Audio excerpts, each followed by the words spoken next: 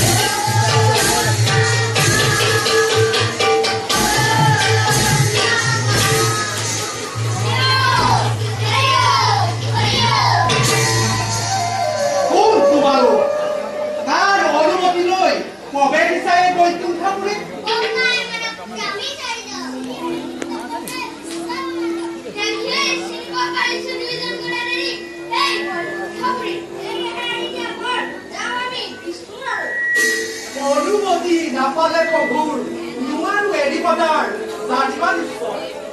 বিশেষত উলন্ত শিক্ষাচাৰীগণ এনেদৰে প্ৰভুক দৰ্শন কৰা কদাপিতো নহয় উচিত।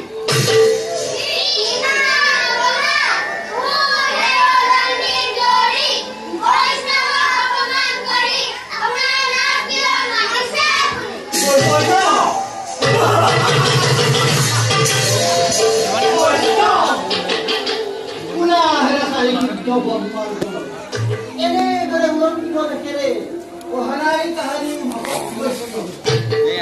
বালকৰে ঘেৰা ধৰ নহয় এইটো জানিবা নিশ্চয়। এতিয়া সন্মানেৰে জনাব তোমালোকক শীঘ্ৰে স্থান কৰা প্ৰতিজ্ঞা।